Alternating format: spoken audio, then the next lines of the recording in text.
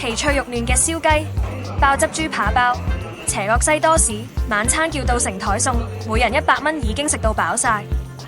仲有隱藏85折攻略，想知秘訣就繼續睇啦。大家好，歡迎嚟到不能肚餓嘅頻道。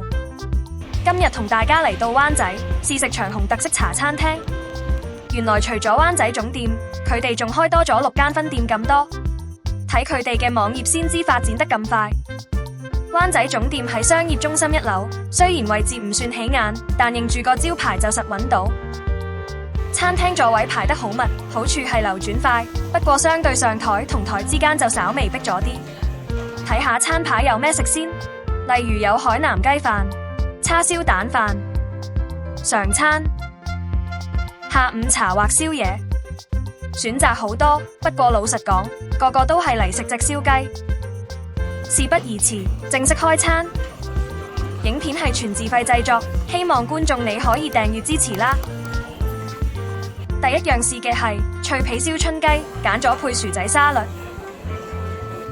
隻燒雞好熱㗎，你可以先用刀叉將佢分開，跟住戴返隻手套，撕開雞髀，入面啲黃油即刻湧晒出嚟。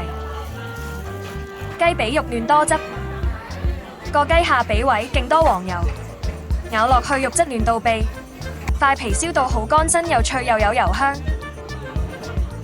就連雞胸都肉質濕潤，熱到入晒味。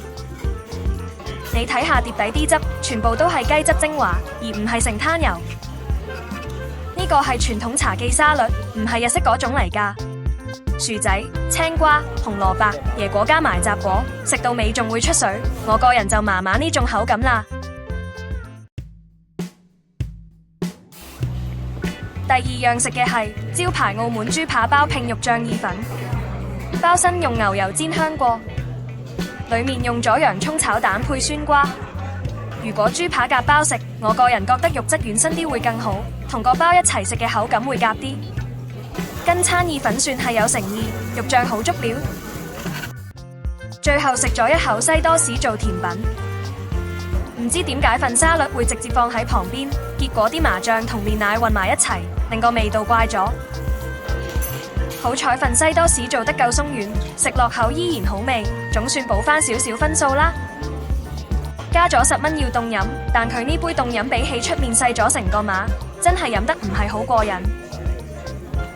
喺灣仔區食晚餐，我哋叫到成枱嘢食，2個人埋單都係200蚊左右，性價比都幾高。抵食都仲未夠，最緊要係教埋大家點樣拎埋個85折攻略先。呢個係午市優惠嚟，但凡係中午12點45分前埋單，或者以及1點半後去食，就可以有85折優惠啦。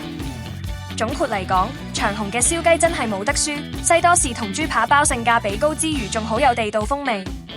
溫馨提示返，呢度長期都多人，記得預留時間。如果你鍾意呢條自費食評，希望你可以幫手讚好同訂閱我啦。下次見啦！好多謝你陪我一齊食，影片到呢度啦，多謝收睇。